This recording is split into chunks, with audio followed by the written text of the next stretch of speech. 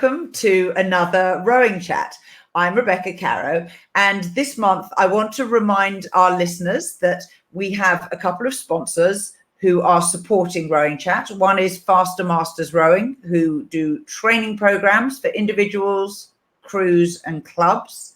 And the other is the Oar Tripod by Oar Inspired, where you can mount your video camera on the stern canvas of your boat.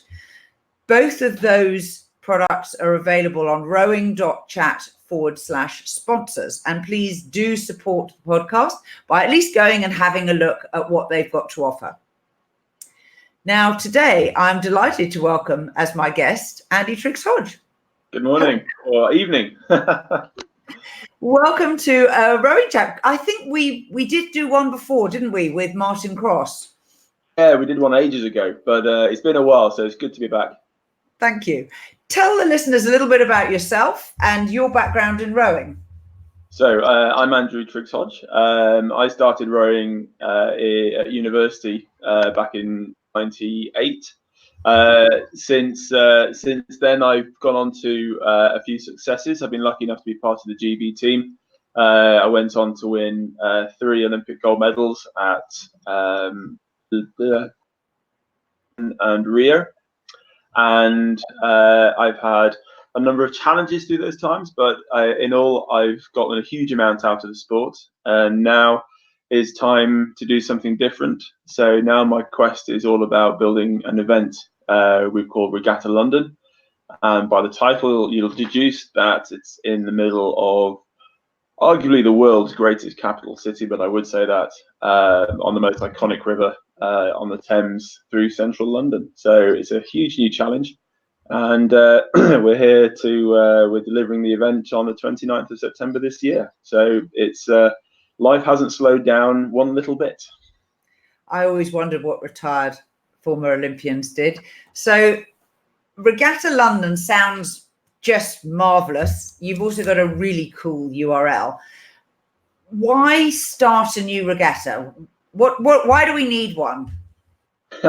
Well, I think people ask the question about what rowing needs a lot. I think we're in a very important time of flux as a sport. If you look at what's going on at FISA, the Olympics, if you look at what's going on at the grassroots level, I think it's fair to say that a lot of big questions are being asked. So I think we do need a new regatta. I think we need several new regattas. I think we need to test various models of what regatta is and what it means. So I think the time is quite pertinent in some respect to try something like this. The other side of the coin is opportunity. When opportunity arrives, you've got to take it with both hands. And my opportunity arrived when I stopped rowing, made the decision to quit the GB team. And I, in looking for work, came across a company called Tideway, who are building something called the Super Sewer, which is going to clean the River Thames through London. It's a huge environmental project. It's going to have a massive benefit for the river. And they wanted to build something that was going to celebrate that. That's something that would remind people that there's a huge tunnel under the river helping to clean it. And that opportunity manifested itself as let's get people on the river, this celebration. So I found myself in a position right in the middle of all the key stakeholders needed to deliver an event with a backer in Tideway, who have supported me and supported the event Regatta London into fruition. And we're here today with a real opportunity to put on a rowing event in a unique location. A regatta like this has never been done before through central London. The water itself is hugely challenging, with some really big stakeholders involved, from the Environment Agency, the Port of London Authority, the GLA and various bodies there, plus all the boroughs involved.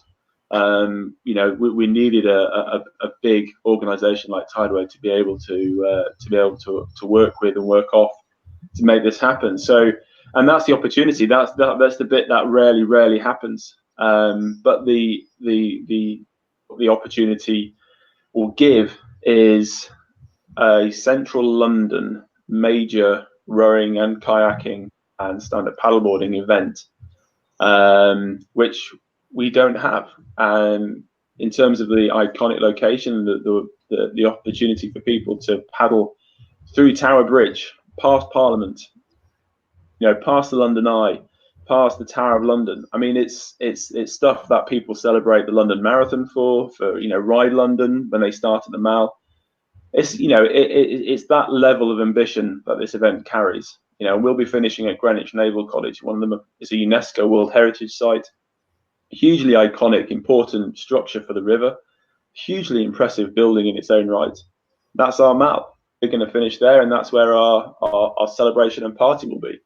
And that, when you think about, okay, why do we need a new regatta? Well, even if we didn't need a new regatta, this opportunity is just too wonderful to not give everything to try and achieve. So yeah, I think we've got something really great here, and I dearly hope that it adds a huge element to the sport, which will help the sport flourish and thrive for years to come.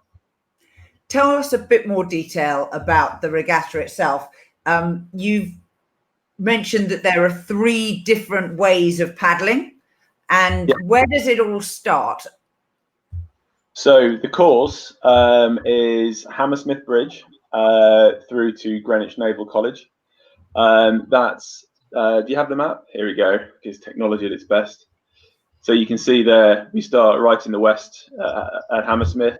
So we've actually got 2 start lines: Hammersmith Bridge for the rowing 8s and the rowing boats, and then we've got Putney for the stand-up paddleboards and the kayak canoes. And then we set everyone off at specific points to make sure there's no overlaps, and all the fast boats go through first. They paddle straight through the centre of town and finish at Greenwich Naval College. We close the whole river to all the river traffic, so all the sort of tens of pleasure cruisers, probably hundreds actually, that usually sort of dominate the river, will all be sitting on the banks for the day or for the morning. And we are also timing the event with a Thames barrier closure. So the Environment Agency closed the barrier once a year, and we've timed our event with that occurrence so that we can run the event when the river is a normal river. I mean, there'll still be some fluvial flow. There'll be a bit of a push down the river, but it won't be the normal tidal conditions we all know and love for the tidal. So because of those 2 factors, it means we've got a brand new rowing venue in this world. It happens to be the most iconic Squiggle. I think everybody will know a certain element of the course from its shape. It's hugely iconic river, and sort of this is our chance to actually go and row it proper as part of a big event, a big festival. So it's really exciting. But yeah, we've got 2 challenges. We've got the London Crossing and the Big Ben. The London Crossing is from the Hammersmith Putney start lines all the way through to Greenwich, and we've got the Big Ben Challenge, which is just for kayak canoeing, stand-up paddleboarding, and that takes you from Putney to Big Ben and back to Putney. And it's I mean, both challenges are still pretty big. The London Crossing for the rowing is 14 miles. For the kayaking is 12 miles, and the Big Ben is 12 miles. The Big Ben only affords us a bit more leeway with cut-off times. So if you're probably not as fast or as confident to be able to get through in time, then the Big Ben's for you. But it's still 12 miles, and it's still arguably pretty hard because you've got to paddle up against that fluvial flow to get back home. So I would argue it's no less of a challenge. But yeah, so there you have it. I mean, that's the sort of the nuts and bolts. It's going to be an amazing day. Last year we actually did a test event. We had 5 rowing 8s do the course. There were mixed 8s from Molesey, UL, Tideway Scullers, Imperial College, and London. And we had it was just amazing to see it go through London. Fantastic. The photographs would have been amazing had it not been absolutely chucking down with rain. don't know if you remember our summer Yep. the heat wave last year. Well, it literally broke on the day we ran our test event. It was tragic. But saying all that, we had we had an amazing time, and the athletes did. We also took 30 stand-up paddleboarders through. That was, again, just phenomenal to see. So yeah, I think what we can achieve with this is going to be really cool. And so there's going to be a one-way trip. The rowing boats will have to get a trailer down to the finish line to get their boats home, but everyone else can either do the halfway out and back, or they can also paddle all the way and just come out at the finish line. Yeah, I mean, look, without a doubt, this event is going to have some logistical planning around it. The joy of starting in Hammersmith and finishing in Greenwich does mean that we need to think of some logistics around that. We've got drop-offs on the day before, so on the Saturday, we'll look after your boat. We'll have overnight security at those locations. That gives you a chance to take your trailer down to Greenwich, and then in the morning, headed by public transport, we'll have boats to take people who stay in the west to come looking at camping, and then everyone gets on the water, goes rowing, does the event, and then we'll take any bags, anything that needs to be taken from the start line to the finish line separately, so that when you get to the finish, it's all there waiting for you. So yeah, no, it's going to present its own logistics, but it's going to be, I mean, it's going to be worth it. That's all I can say. And I think we've got most of the boats will be doing the London crossing. So we've got 600 doing the London crossing, 200 doing the Big Ben. Wow. So that's the maximum number of entries that you can accept? A number of vessels, yes. Great. So you're hoping that people will basically get a bus down from wherever they are, Nottingham, Cambridge, Bristol, and bring 1 or 2 or 3 crews with them? Yeah, I mean, it's it's not too dissimilar from the Head in that respect. I know some crews will want to turn up in the morning, but yeah, I mean, look, many London crews will never have done this course, let alone crews from across the UK, Europe, or the world, wherever. This is a weekend to celebrate paddle sport. This is a weekend to do a bit in London, enjoy what London has to offer. It is a big, crazy city. I mean, I'm a Yorkshireman. When I was a kid, I said I'd never do 2 things. One was to take over, to have a job that takes over my life, and the other was to never move to London. And unfortunately, I've pretty much done both, but for good reason. Rowing has taken over my life without a doubt. I've got a beautiful family with 3 young boys, which I spend not enough time with. But I'm here creating Regatta London. I think it's a pretty good trade-off, and something that I think will inspire them in the long term. And then London, I mean, it does have a draw. It is a fantastic city. You can't get away from that. It has so many parts to it to enjoy and to find out about, whether it's the museums or the theatres or the culture, whatever it is. It's got a huge amount to offer. So Regatta London sits right in the middle of all of that. It really joins it all together. So come down for the weekend, enjoy London for what it is. Have a go out for a nice meal on Saturday evening, and then come out and do what I hope will be one of the greatest rowing events in the world. Sounds like a pretty good weekend to me. It does. It does. Now, you alluded earlier to the fact that you felt that rowing as a sport needs to broaden its appeal, needs to change its depth. I personally really subscribe to the same views, because I've noticed huge participation gains in other sports, and particularly they have innovated in terms of the type of format of race that they offer. Cycling's a very good example. So what's your long-term vision for rowing in the context of Regatta London?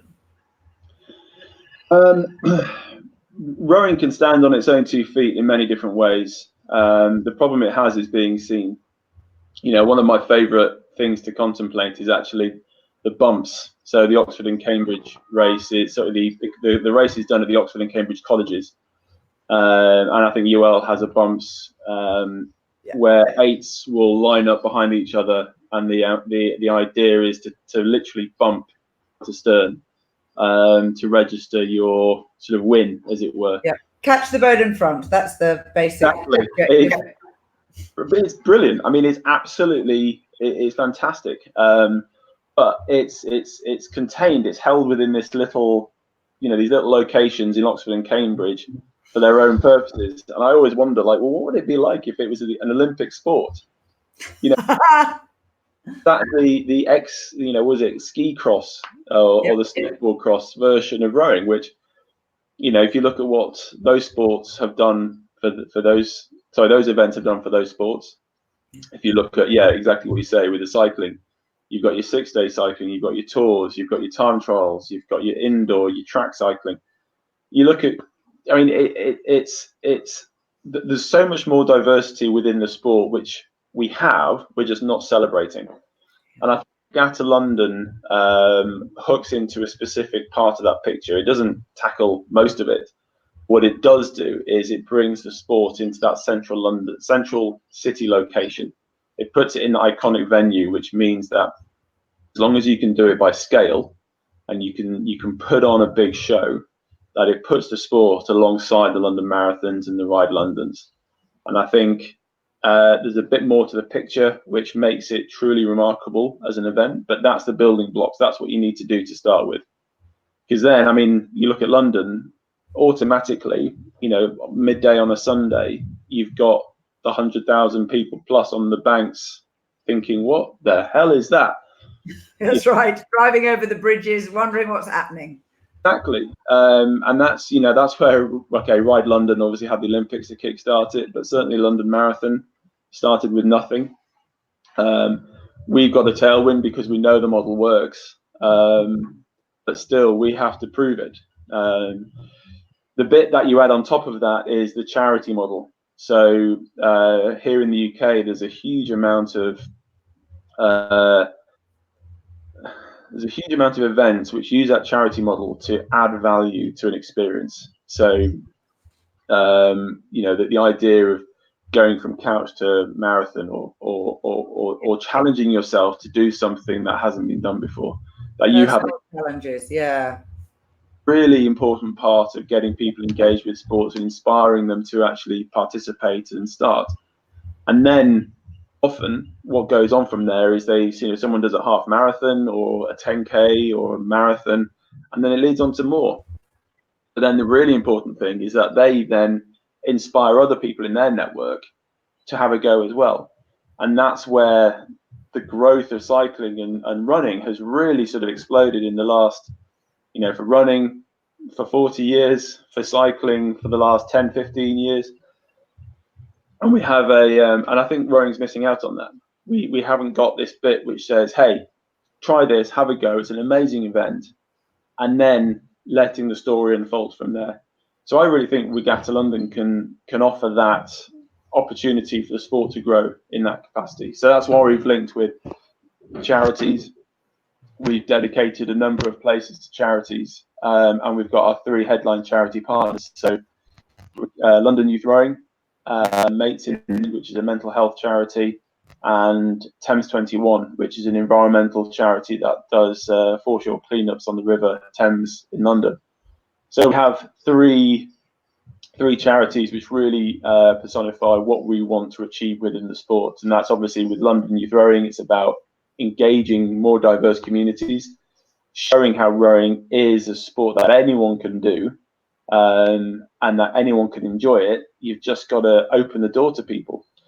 Mates in Mind, mental health charity. We know that sport can be incredibly beneficial for people with mental health problems, but equally we also know that people leaving high performance sports suffer an enormous amount of mental health issues when they leave professional sport. There's a health and safety, there's a mental health, there's a health and well-being aspect around that, which is really important to A, talk about, but B, support and find routes that when you do have friends or family who are in these dire straits, these dire situations, that A, you know what to do or who to point them to. The problem is the who you point them to bit is underfunded, and that's where charities like Mates in Mind make such a big difference. And then you got Thames 21. just an incredibly impressive, fantastic environmental charity, which do a huge amount of foreshore walks. They do a huge amount of cleaning the river itself here in London. They get thousands of people on the banks, literally pulling out wet wipes from the foreshore. You know, Wow. I've the river on the banks at up by Hammersmith Bridge, where there's what they call a drop zone, Yeah. and you can stand on the bank there for an hour and just with this little fork pull out wet wipes that have all come out of the sewers, and you can just stand there, the same spot for an hour, just constantly pulling out. You go deeper and deeper and deeper, and there must be a good meter of wet wipes. It's absolutely horrendous. But great charities like Thames 21 are helping to literally pull it out the riverbanks. And then the messaging around that, the cultural change that we need to go through as a society here in London, arguably across the world, to be more responsible, buy things that are better for the environment, more aware, or deal with them properly, is a huge part of making our environment better. Going back to where this all started, you know, it started with an environmental project.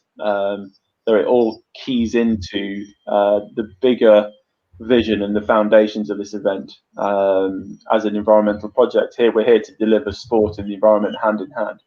So we've got some pretty strict rules in the event around sort of plastics, around our commitment to the environment. So, for instance, if any of the participants are seen littering, sort of throwing a bottle or a bit of litter, I'm afraid that's a disqualification from the event. So we're here to be responsible and to make sure we're looking and our environment for the future. That sounds fantastic, and the sort of leadership by example that I hope other rowing events will see fit to follow. So I'm interested. I like the sound of what you've talked about. How can we find out more? Do we need to rent boats? Do we got to bring our own gear? How do I find out about taking part? Well, first of all, go to the website. So www.regatta.london. That's the portal. That's the where all the information is. It's where you can sign up. You know, this is, you know, to run any event of scale, it does rely on the participants buying in and doing their bit. So it is all your boats. We aim to, certainly, if you don't have boats, can't do it this year. We're aiming to connect people with places that can. So working with British Rowing and British Canoeing and various suppliers, hirers and trainers to help people get involved in our sports where they thought there was a barrier before. So we want to sort of break down all those barriers.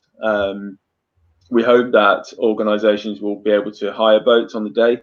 So if you train at home at a community club but aren't able to bring a boat with you, then that's something probably for the future. I don't think we can do that this year.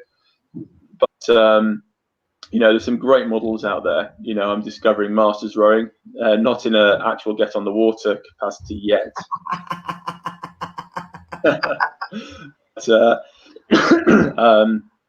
But you know, looking at how they operate, there's a lot of hiring models around there. There's a huge life and energy, which is just incredible. I mean, I went to Henley Masters for the first time.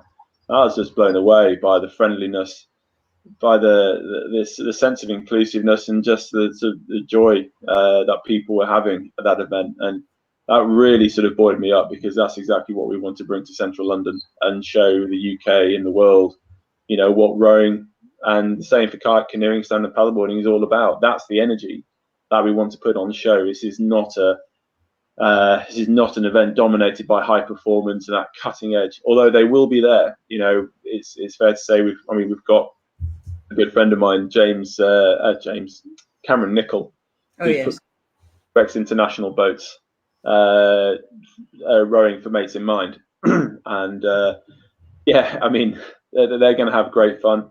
We've got some top flight clubs coming over. So obviously Molesey, my club, they're going to be there whether they like it or not, and a few other big names. So it's going to be one end a performance event, but the real life and energy of this event is going to exist with all those thousands of people who just want to come on and do the row, you know, just have a chance to row through Tower Bridge.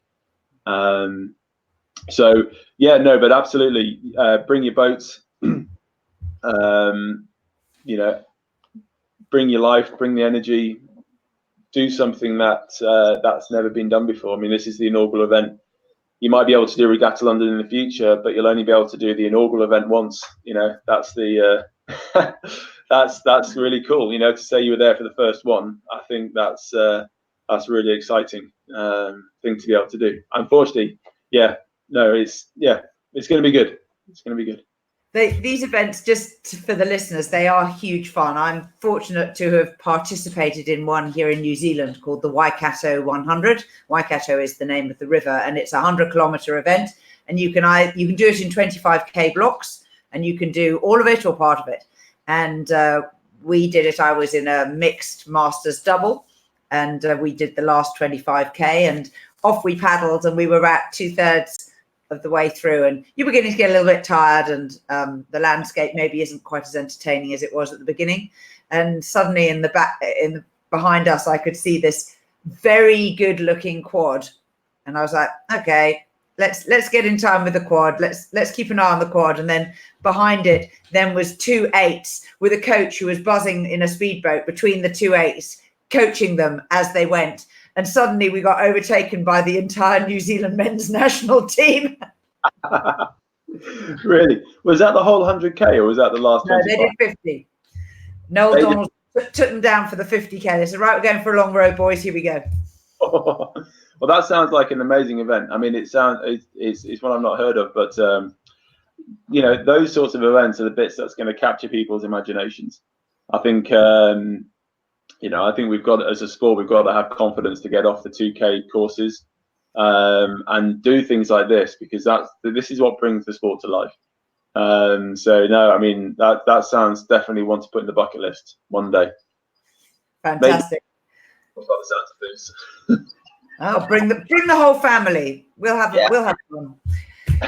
When they can row me down the river. Got 3 boys, so I'll just sit in the bow. You'll need a cox. That's I'll find one of them too. Sorted. Andy, thank you for coming. Thank you for your energy and your enthusiasm. And more than that, actually, thank you for having the vision and the leadership to challenge the orthodoxy and the open eyes to see things like your description of Henley Masters Regatta and how the Masters end of the sport, which obviously you would never have seen before. Trust me, it's growing very fast, and I'll make sure that this video, which has got nearly 6,000 people from around the world, many of whom travel for work and put things up and say, I'm going to be in this city on this date. Can I go for a row? And I'm sure there are a few people who can fix a few work trips to be in London on the right day. That's what we want to hear. That would be combined work and pleasure. That's what it's all about. Exactly. Thanks again for coming and telling us about it. Listeners, viewers, please go to regatta.london. That is the actual web address. And take a look, find out more, and then speak to your club mates and see if you can't pull a crew or 2 together. Yeah, enjoy it. Thank you very much, Rebecca. Really appreciate the offer to talk today. And please get involved. And if anyone has any questions, contact us through Twitter or Facebook, or the email is info@regatta.london. Andy, thank you very much indeed. It's been a delight. Till next time. Goodbye.